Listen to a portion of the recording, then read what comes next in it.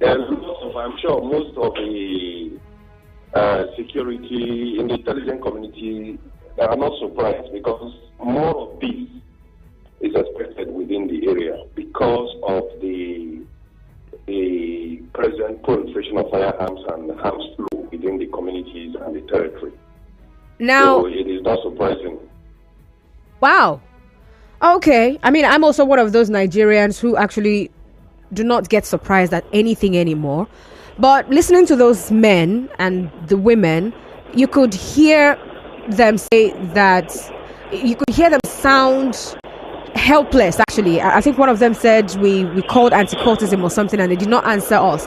But then this is sad because we live in a state where security agencies visibly operate.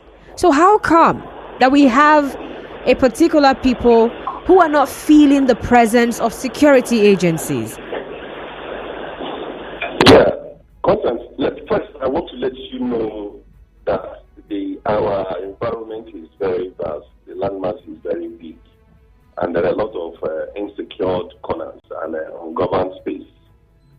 Not that the government is not willing to govern those areas, but they've not been able to, their inability to cover those spaces, it has give the criminals and bandits, a platform, a leverage to operate within that territory or that environment.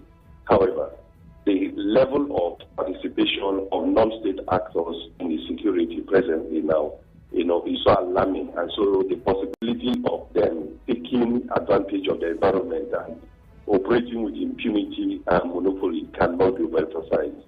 So their activities and their operations, a lot of us don't see it, or it's not coming to me particularly as a surprise because I know that the entire environment is porous. And the entire police, I keep telling you, police 375,000 across the nation. And we have about 60% of them are doing VIP policing. We have those 40%. And then how do you expect them to cover the entire environment of a population of about 230 million Nigerians with a total land mass of 995,000 square kilometers? It is absolutely difficult and impossible for them to secure the entire area. What gunmen and armed groups and the pirates and the rest do is that they look out for soft targets, people that cannot defend themselves.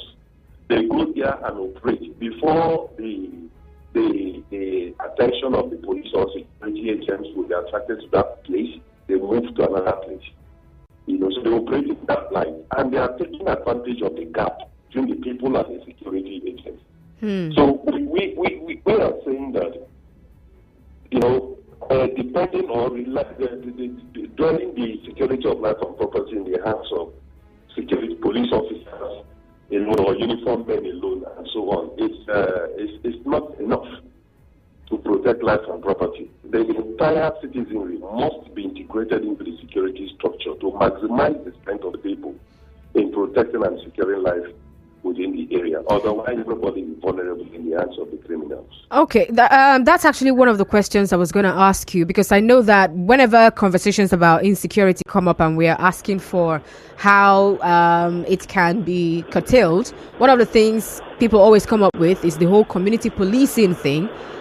But then, usually, when people talk about community policing, it's as if we're talking about vigilantes, right? And then the other question now comes up: should they be armed? Should they not be armed? Would that further, lead to insecurity and criminality? Community policing is not vigilante. Okay, vigilante all right. is one aspect of community policing. Interesting. And now vigilante also, I am a proponent of non-kinetic security. Hold on, please. When you say non-kinetic, please, can you say that in plain English? Non-kinetic is not confrontation, not military, anything outside military options. Right. We do more of preventive. What Nigeria needs now is preventive security, to preempt security occurrence, because the rate and the increase in casualty rate is getting too high, and victims to violence is too much. So the only way you can reduce that is to come up with preventive measures, strategies that are proactive, that will be able to identify early warning signs and crime and criminality. And to do that, you must have synergy with the people by integrating the people into the security structure and architecture. Now, when you say citizen security, it is not all about community policing. Is a very big platform or blanket. In community policing, you have the component that is owned and managed by the police. Okay. And you also have a component owned and managed by the citizens. The component owned and managed by the police is what we call community policing. And recently, one of the Inspector Generals, integrated or introduced community policing across the country during the past administration of General Muhammad Buhari. And they also recruited certain number of people as police constabulary across the country and deployed to various police divisions. Unfortunately, that community policing model as designed by the Inspector General of Police could not work or bring the desired result. Why? Because of the missing component owned and managed by the people. So until these state governments need to not come up, domesticate laws according to their peculiar challenges, and come up with a component that is owned and managed by the people, through synergy with the government-owned, the security-owned community policing, so that there will be proper integration and there will be real-time intelligence gathering within the people and the security agents. But this time around, the intelligence gathering we are looking at not bringing up vigilante to their harms, but it has to be a synergy that will be regulated and anchored by technology, the use of technology. Okay, now are taking over the world. Yes. So I would also like you to explain how we can utilize technology, especially to improve surveillance and information gathering or sharing in those places. There is no amount of surveillance, there is no amount of vigilante or harms or anything you can ever compare to technology. Technology is what we need now. Technology will reduce human interference and reduce the rate of casualties and victims to violence and combating criminality. However, we are not looking at fighting criminality or combating, we're looking at preempting. And so what technology do is to identify, to enhance the relationship between the people and the security. Technology come on board by we use the use of HAP, the use of drones, the use of CCTVs. There is CCTV law enacted by the River State government some years back for public places and hotels and the rest to install CCTV. The state government should be able to come up with structure to enforce all these laws.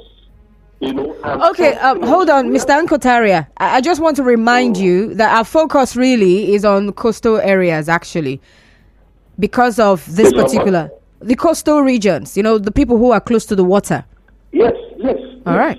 Yes, I'm from the coastal area too. Right. And I'm telling you that technology, we have coastal drones that can patrol in the coastal area and send signal, real-time signal. Drones that can also patrol the coastal area, mount intelligence, as well as demobilize a possible aggression against any target or any person within the waterways. It's just to do the mapping. River State is 11,500 square kilometers by landmass, and 45% of the 11,500 square kilometers is land, and then the rest, about 55% is water. It's just those use of technology will be able to give a proper profile of these waterways and how it moves. What are the waterways? What are the commercial routes? And other routes within the area. The use of technology will give you a proper, specifics of this movement and the activities, how close it is to necessary security facility and installations. Okay. So technology will be able to give you these details, and the coastal waterways can be monitored night and day. We have 9 FRL-aided drones that can patrol the waterways at night. We have big drones that will be able to protect facilities and installations within the coastal waterways. So all these things can be articulated by state government-owned platforms. You understand? That will be deployed to these territories and the environment and secure our people. So when you say just police, it's not possible. Not army, not police. Not in army and the entire security personnel, customs, everybody is not up to 1 million in Nigeria. Okay, And now, we're talking so of 230 when I million played, Nigerians. all right, Mr. Nkotariah, when I played that audio, one of them mentioned that the boys are dragging some lands with them, and I mean, this is actually a pointer to maybe the peculiarity of their situation. All right, it's not just some hoodlums just coming in to steal and then run away.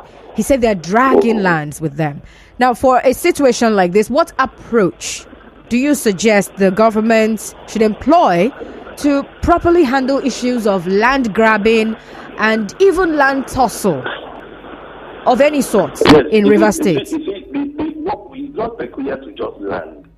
Yeah. What we are saying is government should be able to come up with a security network or platform that will be able to raise the dike of safety beyond anger, beyond sentiment, beyond any particular issue, be it land or anything, beyond provocation, beyond sectional affiliations or whatever, party affiliations and so on. We should be able to have a security system that can check the excesses of anybody, no matter what is involved. If you choose to go beyond your limits, we have a system that can check you and put you back to your limits. That is what the government needs now. It is not about just land grabbing. It could take charge of land grabbing, it could take charge of communal conflict. Anything that has to do with violence should be checked through this formation and the introduction of the use of technology, AI backups. So that's what we're looking at. It is not just about land, but it's got across land, robbery, gangsterism, cultism, anything you think that is very violent, that creates casualties and make people victims to violence. We should be able to check it. Those excesses can be curtailed by maximizing the strength of the people through the use of technology, facilitated by the state government. So that's what we're looking at. And if it's doable, it's just real. We hope and believe that the government... Okay, let's go on a commercial break, Mr. Nkotariah. We'll be right back. You are tuned in to Nigeria Info. We'll be right back after this. Hey! Dear Glow subscribers, are you aware of the new directive from the Nigerian Communications Commission (NCC)? You could lose your mobile number just like that. Unless you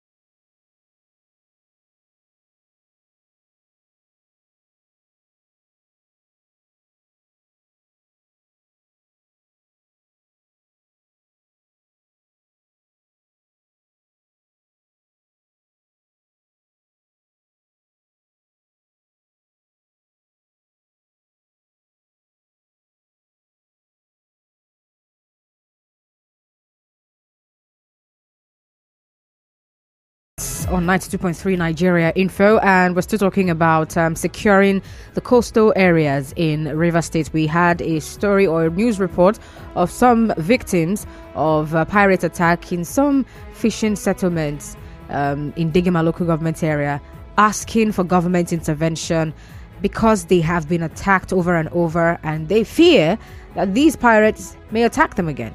All right, and of course, security analyst Charles Nkotariah is on the phone line having this conversation with me. Before we went on that break, I asked a question about tackling the issues that surround land, whether it's land grabbing or whatever it is that has to do with that. Now, I actually asked that question on the premise of what the Lagos state government did recently. It has to do with what's it called now? They launched a portal where people can apply for the documentations they need for their land.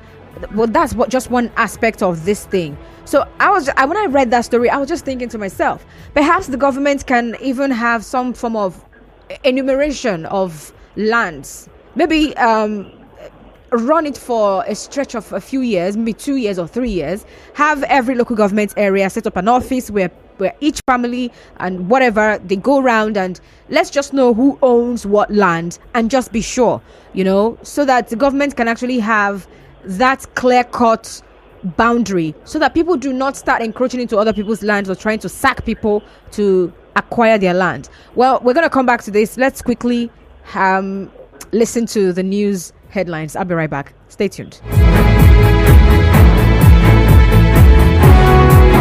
Headline News, Nigeria Info on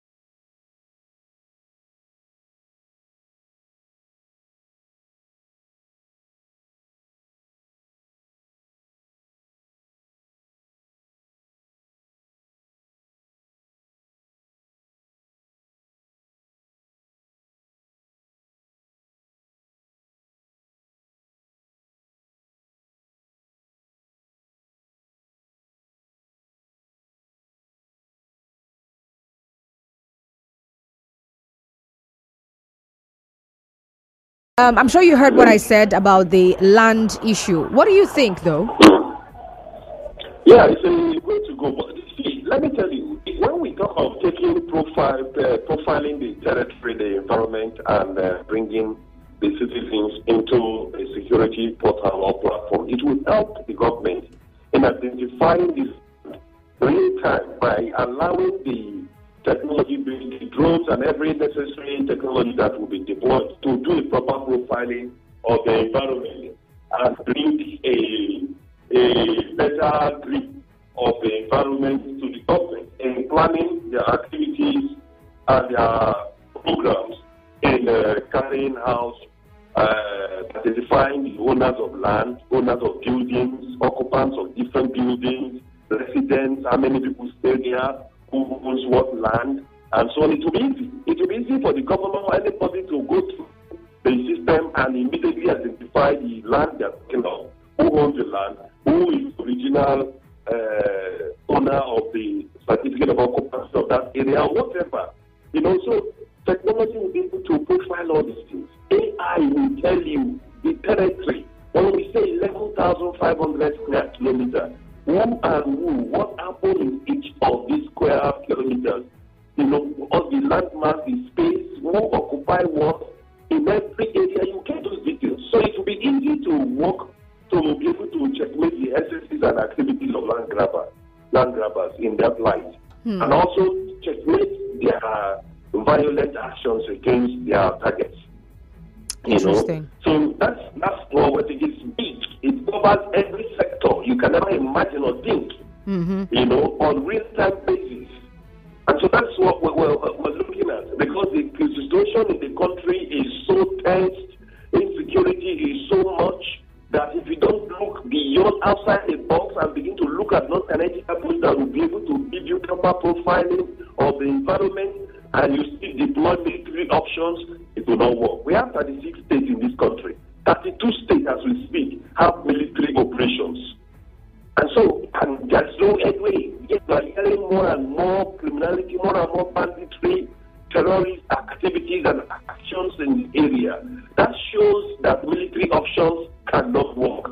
Military options is never the best option in peace. If you look at what happened in Afghanistan, where Americans stayed there for 20 years, they deployed $85 billion worth of equipment to fight insecurity in Afghanistan. And they put that on ceremoniously, leaving the entire equipment in the hands of Taliban. That shows that military options cannot give you the desired result. You need a non-kinetic approach. You need an approach that would emphasize the use of arms and confrontation. Approach that will be able to give you and be able to make you identify any warning signs and nip it on the board. That's what we're looking at, and that's what we expect state governments all over the states to do, and then to complement the efforts of the federal security agencies. When it comes to vigilante or whatever and so on, I don't subscribe. I'm bearing vigilante. Yes, you can bring in volunteers in the communities that will be able to facilitate and anchor security within the area, but not arms bearing vigilante. Okay, now some other thing about this particular area that, we just read in the news, the people from the Abaji, Boko, Kiri, Inke, in Degema local government area, is the fact that it's a remote area. Now, accessibility is a problem. I mean, if we're talking about even deploying help to these people, accessibility is a problem. Now, how best do you think the government can secure the lives and properties of these people? I mean, I heard them talking about everything they own have been destroyed. It's easy. Look, 3 years ago, the immediate past governor of the state donated about 4 or 5 gunboats to Nigerian police and a lot of helos and other logistics. State government, the successive governments have been doing that, and I'm sure the present governor is also planning to do that and so on. Now, all these facilities and logistics equipments or whatever are not being maximized in taking care of this environment. Like I said, 55% of the total landmass of River State is water.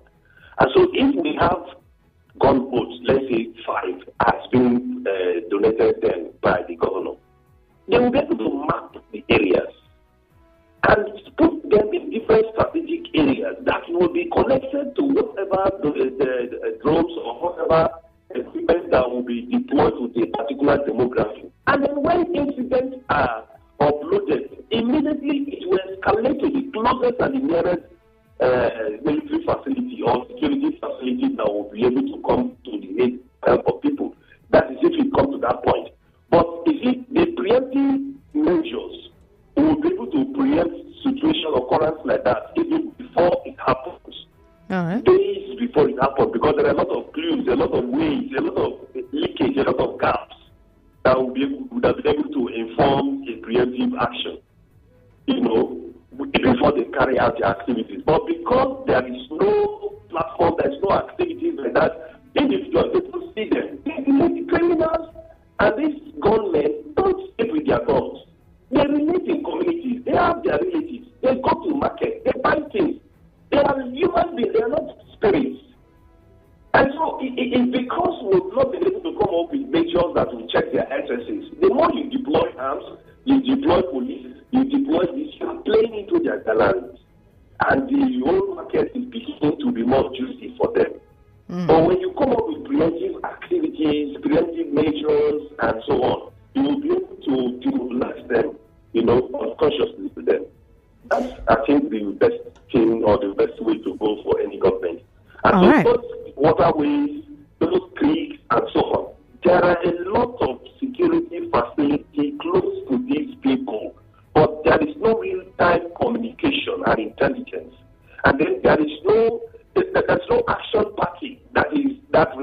place and evaluate response time. So government needs to come up with action parties that will ask questions, that will find out what went wrong. These people said they made a complaint, and we have it here on our record. Look at the complaint. Why didn't you people go there? They will tell you there are lapses, they will tell you there are logistics challenges, and so on. Then they tackle it for subsequent purposes and so on. But when you place, you open the security of life and property just for police and army and so on, and that is only God that is taking care of us. Because they cannot. You see, most cases, actions will take place, killing will take place, days and so on, before the police or army or whatever will go there and begin to do mass arrest, do profiling for a very long time before they can even get to, if at all, they will get to the real culprit.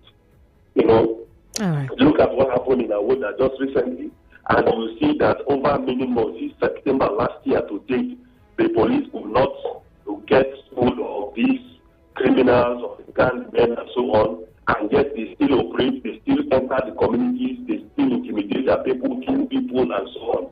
It's because of this gap, and they are taking advantage of this gap and operating with impunity as if they are spirits. They are not. They are not. It's something that can be checked. And we don't need to use arms to check them. We don't need to buy guns or vigilante to check them. We can check them neatly without using arms. All right. Confrontation. We reduce human confrontation and interference in fighting and preventing crime and criminality. All right, thank you very much, Mr. Nkotariah. Well, I would like to hear from you. What do you think, what do you suggest can be done to ensure long-term safety of remote coastal areas? I'm thinking long-term safety. I mean, Mr. Nkotariah has said a lot, like quite a lot, and he has really been championing non-kinetic approach to fighting insecurity in those areas. He says going confrontational may not be the best approach. Let's try something else with the long-term vision in mind. Well, the numbers you can send your messages to. I don't think I can take any calls right now. Let me read messages. Send messages to 0809 030 6416. 0809 030 6416. That's for WhatsApp messages. All right. And then I'm seeing this one from Hector.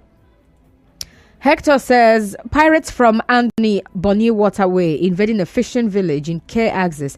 That is a very far distance invasion. I lived in that community called Abaji Boko Kiri years back. That place is under Degema. Imagine crossing all the big seas and rivers to that place. What is their business there? I think they should carry out thorough investigation. I suspect this invasion is something beyond piracy, or it is not militancy or rival cultist fight. Unfortunately, that area is a very remote area from Port Harcourt. It is down the Atlantic Ocean. That's what Hector says. So here's someone who is still hammering on the fact that this place is remote. So that's like a huge problem. So for a place that far, Mr. Nkotariah, thinking about long term, even in the short term, what kind of relief can they get now? Because these people, they've run away from where they had called home to some other places, just trying to just live. I mean, one of the men said he's not even seen his wife and kids since the attack happened. So for now, what can they even get to start with? It's still emergency relief, and it's been happening. It's not just new. It's happening in Baka. It's happening in Bronu. It's happening everywhere. They have to create maybe an IDP camp temporary for them, and provide relevant relief materials within this period.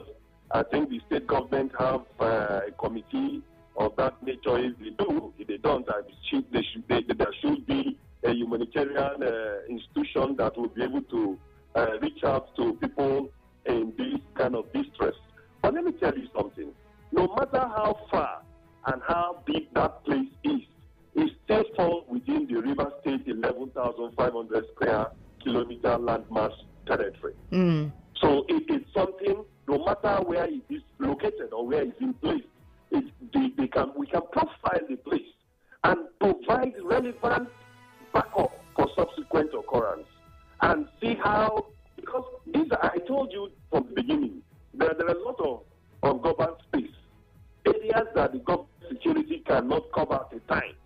And these criminals are very much conscious of this fact and know that there is a strong gap before the information can travel from one particular that area to the urban center or areas that possibly they would have gone far. Confrontation can come in, it will take time.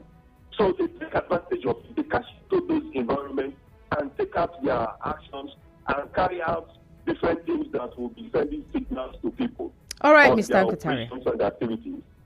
All right. Well, thank you so much, Mr. Nkotariah, for being on Hard Facts today. Thank you. All right. Well, Charles Nkotariah is a security expert and consultant, and he's been the one talking to us about, some of the ways the coastal areas in River State can be properly secured. All right, so we have to go off now. There's a program coming up for about 10 minutes, and of course, the news will come up afterwards at 6. Don't miss out. And after the news at 6, I'll be right back here for Open Season. My name is Constance Mega, and this is Hard Facts. Do stay tuned.